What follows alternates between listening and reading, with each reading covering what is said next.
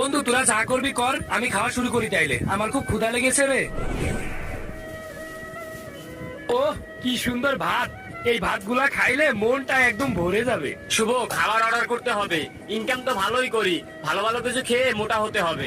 Order তো দিবি ভালো কথা, কিন্তু ওর অবস্থা দেখছিস, ও এগুলা কি শুরু করে দিছে। আহ কি স্বাদ! এত স্বাদ কেন? এই স্বাদের খাবার ধুয়ে ওরা নাকি রেস্টুরেন্টের খাবার খাবে, এটা কোনো কথা? মায়ের হাতের রান্নার উপর কি কোনো খাবার হইতে পারে? আরে সেইটাই তো, আমরা রেস্টুরেন্টে আইসি লাঞ্চ করতে, ও এখানে এসে এইসব শুরু করছে। এইসব যদি ওয়েটার এসে দেখে, আমাদের মান সম্মান কি থাকবে? আমরা গার্মেন্টসে চাকরি করতে পারি, আমাদের একটা মান সম্মান আছে না? অপ্র, তুই যখন বাড়ির খাবারই খাবি, তাহলে তো রেস্টুরেন্টে আসার কি দরকার ছিল?